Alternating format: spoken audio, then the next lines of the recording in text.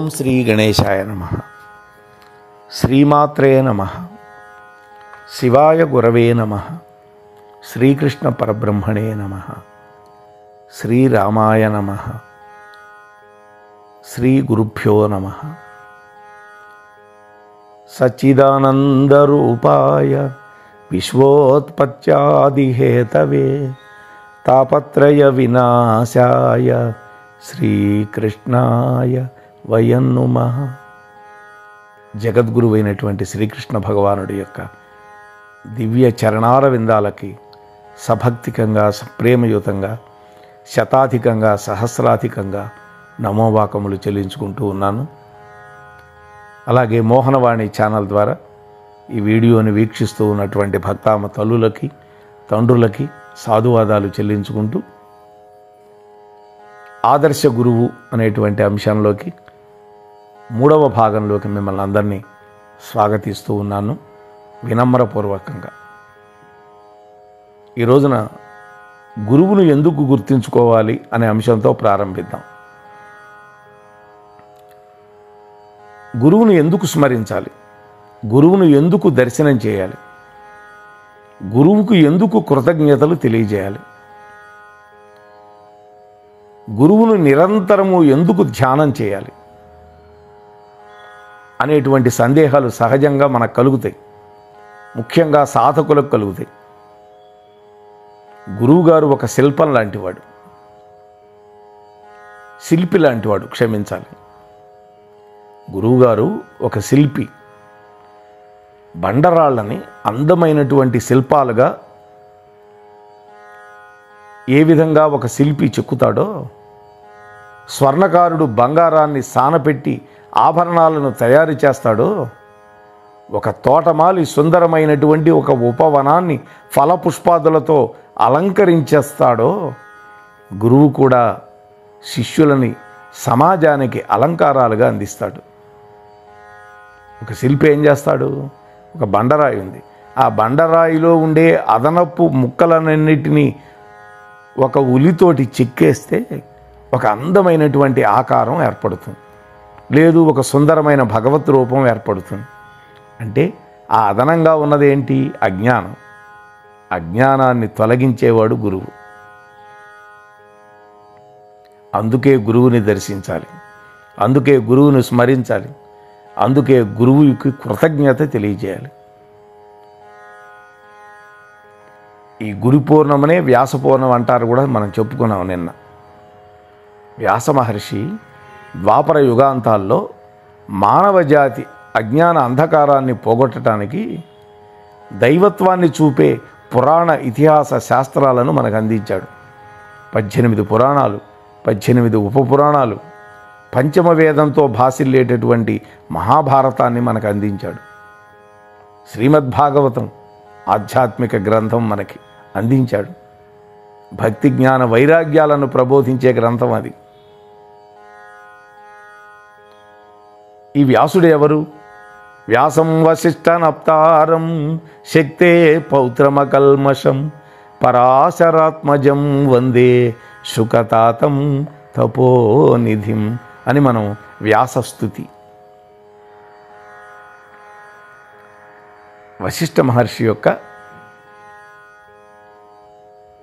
కొడుకు శక్తి, ఆ శక్తి కొడుకు పరాశరుడు, ఆ పరాశరుడు యొక్క పుత్రుడు వ్యాసుడు, ఆయన పుత్రుడు శుకబ్రహ్మ.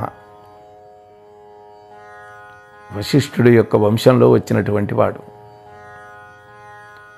వేదాలని కలగాపులకంగా ఉన్నటువంటి వాటిని 4 వేదాలుగా విభజించాడు కాబట్టి ఆయనకి వేదవ్యాసుడు అనే పేరు వచ్చింది.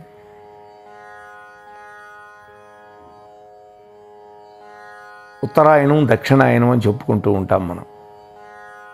మన పూర్వీకులు సూర్యుడి యొక్క గమనాన్ని బట్టి కాలాన్ని క్షుణ్ణంగా పరిశీలించి క్షణాలుగా, నిమిషాలుగా, ఘడియలుగా, జాములుగా, రోజులుగా, వారాలుగా, పక్షాలుగా, మాసాలుగా, ఋతువులుగా, అయనాలుగా, సంవత్సరాలుగా, యుగాలుగా, మహాయుగాలుగా, మన్వంతరాలుగా విభజించారు. చూసారా? మన్వంతరం అనేది అంటే ఒక 71 మహాయుగాలతో ఉంటుంది ఒక మనవంతరం. అంత పెద్దది కాలగణన. సూర్యభగవానుడు మకర రాశిలో ప్రవేశించినప్పుడు దాన్ని ఉత్తరాయణ పుణ్యకాలమని చెప్పుకుంటాం. అంటే సుమారుగా జనవరి 14, 15 తారీఖుల్లో మనం సంక్రాంతి పండుగ చేసుకుంటాం. ఆ రోజే ఉత్తరాయణ పుణ్యకాలం ప్రారంభమవుతుంది. 6 మాసాలు ఉంటుంది. మళ్ళీ సూర్యుడు కర్కాటక రాశిలో ప్రవేశించినప్పుడు సుమారుగా జూలై 14, 15 తారీఖుల్లో వస్తుంది. ఆ సమయం నుంచి దక్షిణాయనం అంటాం. ఒక్కొక్క ఆయనం 6 మాసాలు ఉంటుంది. అయనము అంటే మార్గము అని అర్థం. సూర్యుడు ప్రయాణం చేసే మార్గం. ఆషాఢ పూర్ణిమ దక్షిణాయనానికి ప్రారంభ దినం అవుతుంది. అయనము అంటే ఏమిటి? ఇందాక చెప్పుకున్నాము, ప్రయాణించటం అని అర్థం. ఉత్తరాయణం అంటే సూర్యుడు ఉత్తర దిశలో ప్రయాణం చేస్తాడు అని. సూర్యభగవానుడు 6 నెలలు భూమధ్య రేఖకు ఉత్తర దిశకి, మరొక 6 నెలలు దక్షిణ దిశకి పయనించడం జరుగుతుంది. సూర్యభగవానుడు పయనించే దిక్కును బట్టి దక్షిణం వైపుకు ప్రయాణం చేస్తుంటే దక్షిణాయనం అని, ఉత్తరం వైపుకు ప్రయాణం చేస్తూ ఉన్నప్పుడు ఉత్తరాయణం అని పిలుస్తాం. సూర్యుడు ప్రయాణం చేసే దిక్కును బట్టి భూమి మీద ఉన్న వాతావరణంలో అనేక మార్పులు సంభవమవుతాయి. ఇక గురువు లక్షణాలేంటి, గురువు ప్రశంస ఎలా చేయాలి, గురు మహిమ ఏంటో చెప్పుకుందాం. అజ్ఞానతిమిరాంధస్య జ్ఞానాంజనశలాకయ చక్షురున్మీలనం యేన తస్మై శ్రీ గురవే నమః. అజ్ఞానమనే అంధకారముచే కప్పబడినటువంటి నా నేత్రాలని శుద్ధ జ్ఞానమనేటువంటి కాటిక కణిక చేత, శలాక అంటే ఒక పుల్ల లాంటిది కణిక, ఆ కాటుక పెట్టుకునే కణిక చేత ఎవడు తెరిపిస్తాడో అటువంటి గురుదేవుడికి నా నమస్కారాలు అంటున్నాం. జ్ఞానము అనేటువంటి అంజనం, పూర్వం అంజనం వేసేవాళ్ళు, దానివల్ల ఎక్కడెక్కడివన్నీ కనిపించేవి. అలాగే శాంతోదాంతః కులీనశ్చ వినీత శుద్ధవేషవాన్ సదాచార సుప్రసిద్ధ శుచిర్దక్ష సుబుద్ధిమాన్ ఆశ్రమీ ధ్యాననిష్టశ్చ మంత్రతంత్ర విచక్షణః నిగ్రహానుగ్రహే శక్తో గురురిత్యభిధీయతే. గురువు శాంతుడుగా ఉంటాడు. శాంతుడు అంటే అంతర్ ఇంద్రియ నిగ్రహము కలిగినవాడు. మన లోపల ఇంద్రియాలు కొన్ని ఉన్నాయి, ఆ నిగ్రహం కలిగినవాడు. దాంతుడు అంటే బహిరింద్రియ నిగ్రహం కలిగినవాడు. అంటే బయటకు కనిపించే ముక్కు, కళ్ళు, చెవులు వీటిని నిగ్రహించుకోగలిగేవాడు.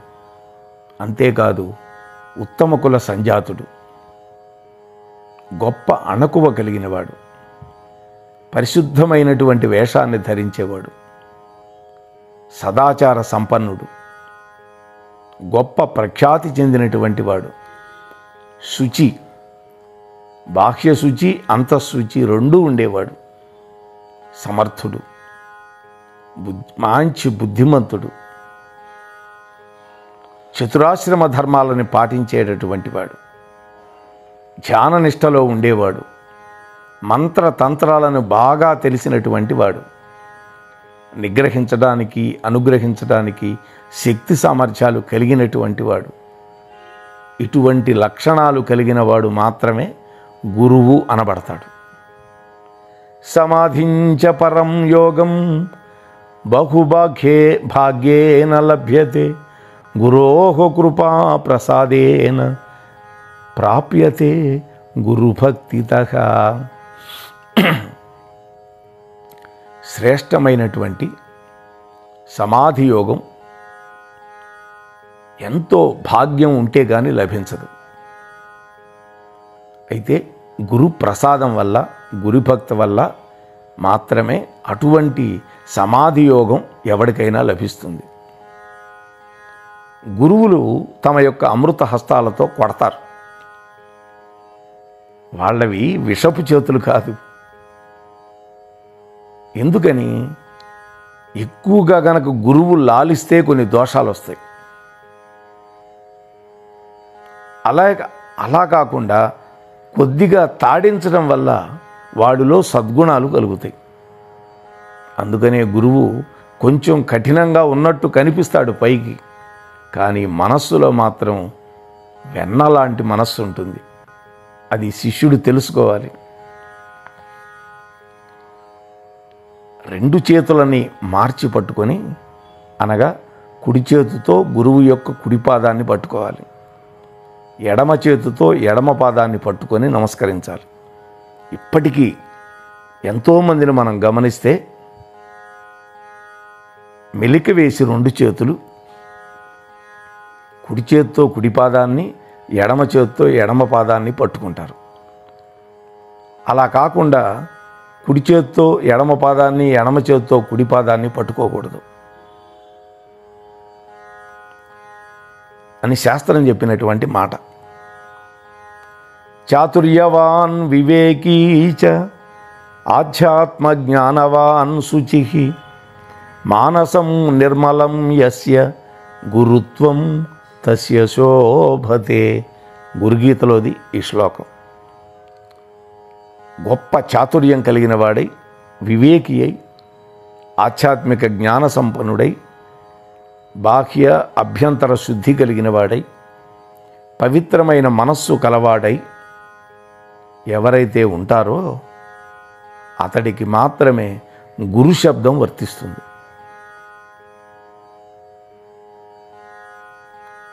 అలాగే ఆచార్యో వేద సంపన్నో విష్ణుభక్తో విమత్సరః మంత్రజ్ఞో మంత్రభక్తశ్చ సదా మంత్రాస్య శృచిః అనేది కూడా ఉన్నది.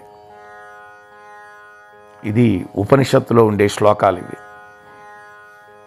అంటే వేదాధ్యయన సంపన్నుడు, సర్వవ్యాపక ఈశ్వర భక్తుడు, మాత్సర్యం లేనివాడు, మంత్ర రహస్యాలు బాగా తెలిసినవాడు, మంత్రంలో భక్తి కలిగినవాడు, నిరంతరము మంత్రాలను ఆశ్రయించినవాడు, శుచి, మంచి సంప్రదాయం కలిగినవాడు, బ్రహ్మ విద్యని ఆమూలాగ్రంగా అభ్యాసం చేసినవాడు, అధ్యయనం చేసినవాడు, ఇతర సాధన ప్రయోజనాలు లేనటువంటి వాడు, బ్రాహ్మణుడు, రాగమును క్రోధాన్ని విడిచిపెట్టినవాడు, మంచి నడవడికడి యందు శిక్షణ పొందినటువంటి వాడు, మోక్షమునందు మాత్రమే ఆసక్తి కలిగినటువంటి వాడు, పరమార్థాన్ని ఎరిగినవాడు మాత్రమే ఆచార్యుడు అని చెప్పబడతాడు అని అద్వయ తారక ఉపనిషత్తు చెబుతోంది. అల్పమో అధికమో వేదశాస్త్ర ఉపదేశం కోసం ఉపకరించినటువంటి వేదోపకారకమైనటువంటి కార్యాన్ని ఆచరించినటువంటి వాణ్ణి గురువుగా అంగీకరించాలి అని మనుస్మృతి చెబుతోంది. గురవో బహవః సంతి శిష్య విత్తాపహారకాః గురవో విరలాః సంతి శిస్త శిష్య సంతాపహారకాః అని గురుగీత చెప్పింది. అంటే శిష్యుల యొక్క ధనాన్ని దొంగిలించే గురువులు చాలామందే ఉంటారు, కానీ శిష్యుల యొక్క దుఃఖాలను దూరం చేసేటటువంటి గురువులు మాత్రం చాలా తక్కువ మంది ఉంటారు అని గురుగీత చెబుతోంది. ఇప్పటి వరకు గురువు యొక్క లక్షణాలు, గురువు వైభవాన్ని చెప్పుకున్నాం. మరి శిష్యుడు ఎలా ఉండాలి? శిష్యుడికి కూడా కొన్ని లక్షణాలు ఉంటాయి. శాంతో వినీత శుద్ధాత్మ శ్రద్ధావాన్ ధారణాక్షమః సమర్థశ్చ కులీనశ్చ ప్రాజ్ఞసుచరితో ధని ఏవమాది గుణైర్యుక్త శిష్యో భవతి నాన్యథా. అంటే శాంతి, వినయం, పరిశుద్ధమైన అంతఃకరణం, శ్రద్ధ. శ్రద్ధ అంటే శాస్త్రముల పట్ల, గురువాక్యాల పట్ల ఎవరికైతే విశ్వాసం ఉంటుందో అది శ్రద్ధ.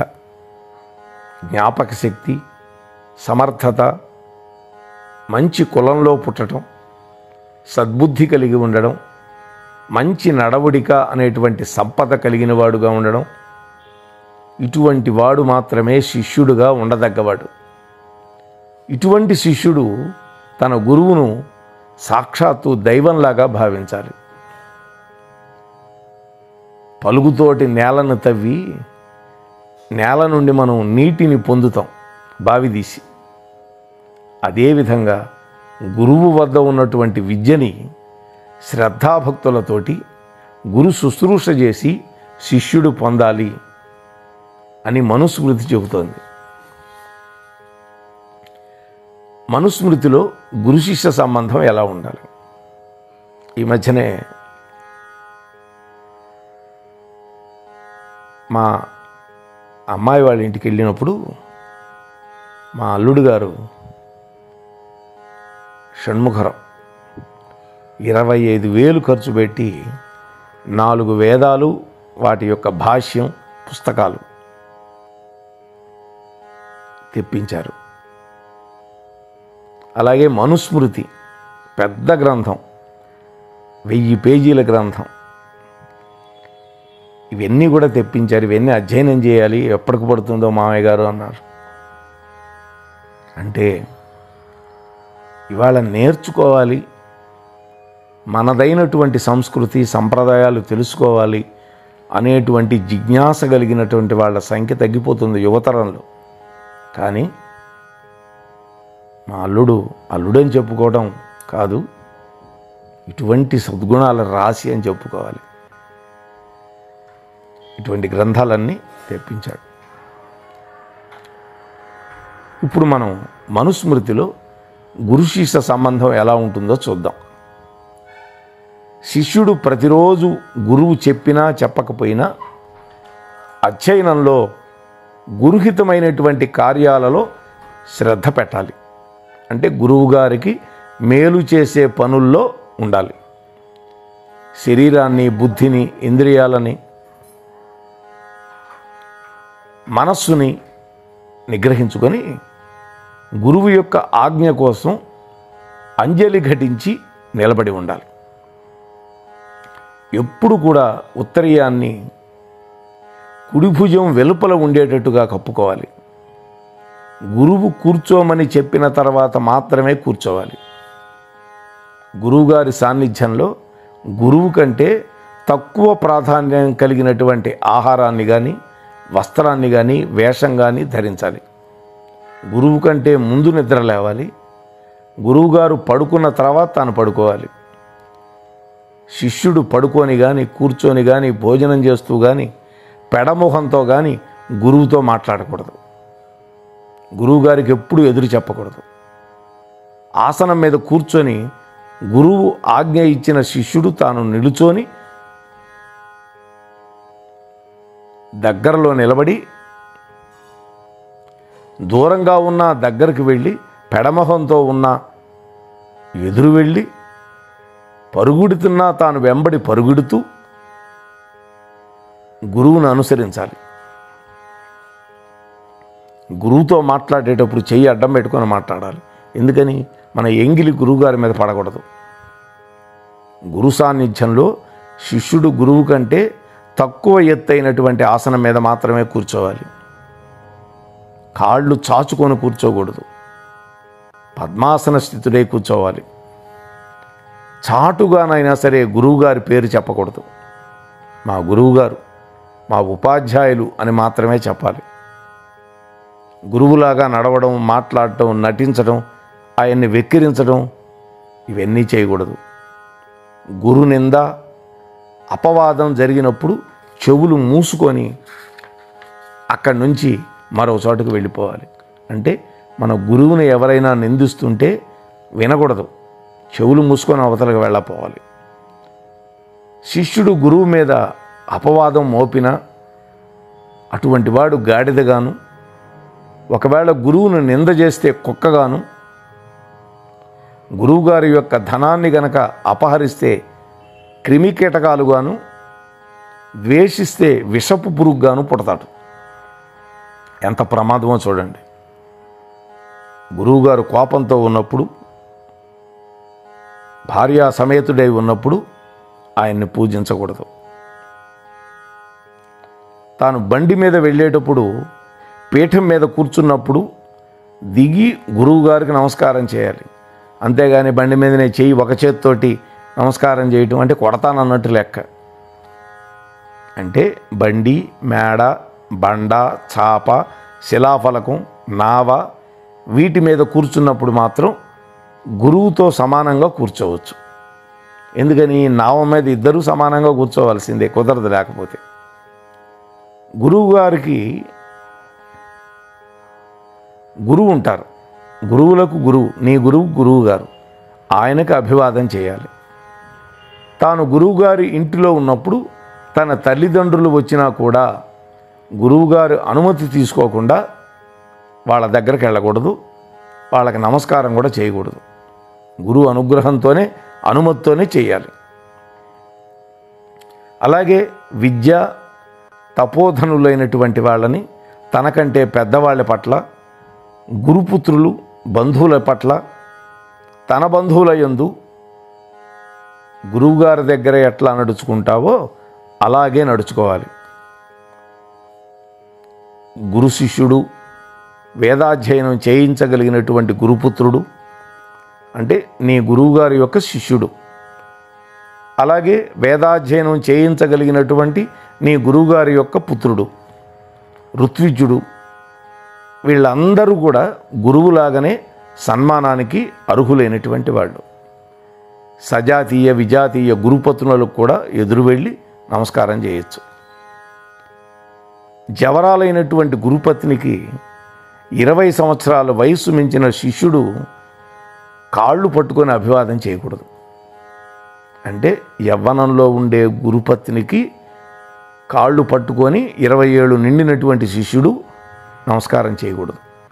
విడిగా పాదాలు ముట్టుకోకుండా చేయాలి. ప్రపంచంలో స్త్రీ పురుషులను ఆకర్షించి మోహింపజేయటం అనేది సహజ గుణం అది. అందువల్ల విద్వాంసులు ఏం చెప్పారంటే, స్త్రీల విషయంలో ఏమాత్రం ఏమరుపాటుగా ఉండద్దు అన్నారు. విద్వాంసుడైనా అవిద్వాంసుడైనా పురుషుడు అనేటువంటి వాడు కామక్రోధాలకు వశుడై స్త్రీలకు లొంగిపోయి వాళ్ళ వల్ల చెడు మార్గంలోకి ఏడవపడతాడు. అందుకని ఏం చెప్పారు, ఇంద్రియాలు అత్యంత బలమైనవి. ఎంతటి వివేకం కలిగిన వాడైనా పరవశింపబడిపోతాడు ఆ ఇంద్రియాలకు లోనై. అందువల్ల తల్లితో కానీ, అక్క చెల్లెళ్లతో కానీ, కూతుళ్లతోనైనా ఒంటరిగా కూర్చోకూడదు. పెద్దవారైనటువంటి గురుపత్నులకి ప్రతిరోజు కుడి చేతితో కుడికాలుని, ఎడమ చేతితో ఎడమకాలను పట్టుకుని అభివాదం చేయాలి. ఏది వృద్ధురాలైనటువంటి గురుపత్నికి. అదే ప్రాయంలో ఉన్న శిష్యుడు యవ్వనంలో ఉన్న గురుపత్నులకి పాదాలు తాకకుండా భూమిని మాత్రమే అంటి అభివాదం చేయాలి. బ్రహ్మచారి బోడితలతో కానీ, జటలతో కానీ, శిఖా జటలతో కానీ ఉండాలి. సూర్యోదయానికి ముందే మేలుకోవాలి. సూర్యాస్తమయం తర్వాత నిద్రపోవాలి. మైమరిచి నిద్రపోతున్నప్పుడు సూర్యుడు గనక ఉదయిస్తే గాయత్రి జపం చేసి పగలంతా ఉపవాసం ఉండి రాత్రిపూట భోజనం చేయాలి. అది దానికి ప్రతిక్రియ. అంటే సూర్యోదయానికి ముందే నిద్ర లేవాలి. అలా ఎప్పుడైనా లేవలేకపోతే దానికి పరిహారంగా చేయాలి. పగలపూట ఉపవాసం ఉండి రాత్రి తినాలి. నిద్రపోతున్నప్పుడు సూర్యుడు అస్తమిస్తే మరుసటి రోజు జపం ఉపవాసం చేయాలి. అంటే తగినటువంటి ప్రాయశ్చిత్తం లేకపోతే ఆ శిష్యుడు మహాపాతకుడైపోతాడు అని శాస్త్రం చెబుతోంది. మనుస్మృతిలో ఎన్ని విషయాలు చెప్పారో చూడండి. మరి ఇన్ని విషయాలని మనం చక్కగా ఆచరించి మన జీవితాలని ధన్యం చేసుకుందాం. రేపటి రోజు మరికొన్ని విశేషాలతోటి మేము ముందుకు వచ్చే ప్రయత్నం చేస్తాము. అప్పటి వరకు గురునామ స్మరణ చేసుకుందాం. స్వస్తి.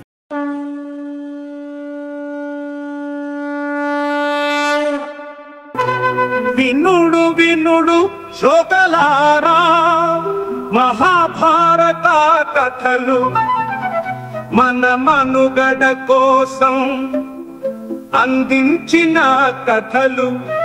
శూరులు ధీరులు వీరుల చరితలు, మన కృష్ణయ్య బోధించిన బోధలు. ఎంత విన్నా తరగని చెరగని మరువలేని మన భారతం మహాభారతం. మోహన్వాణి తెలుగు పోడ్కాస్ట్ వింటున్న శ్రోతలందరికీ హృదయపూర్వక ధన్యవాదాలు. వినండి, వినిపించండి, వింటూనే ఉండండి. మోహన్వాణి తెలుగు పోడ్కాస్ట్ మీరు వింటున్నారు. మోహన్వాణి. మా కార్యక్రమాలు మీకు నచ్చితే ఇప్పటివరకు మా ఛానల్కి సబ్స్క్రైబ్ చేసుకోకపోతే వెంటనే ఈ క్షణమే సబ్స్క్రైబ్ చేసుకుని ఆ పక్కనుండే బెల్ బటన్ని మ్రోగించి అందరికీ షేర్ చేసి మీ విలువైన కామెంట్ను కూడా చేసి మమ్మల్ని ప్రోత్సహిస్తారని కోరుతున్నాను.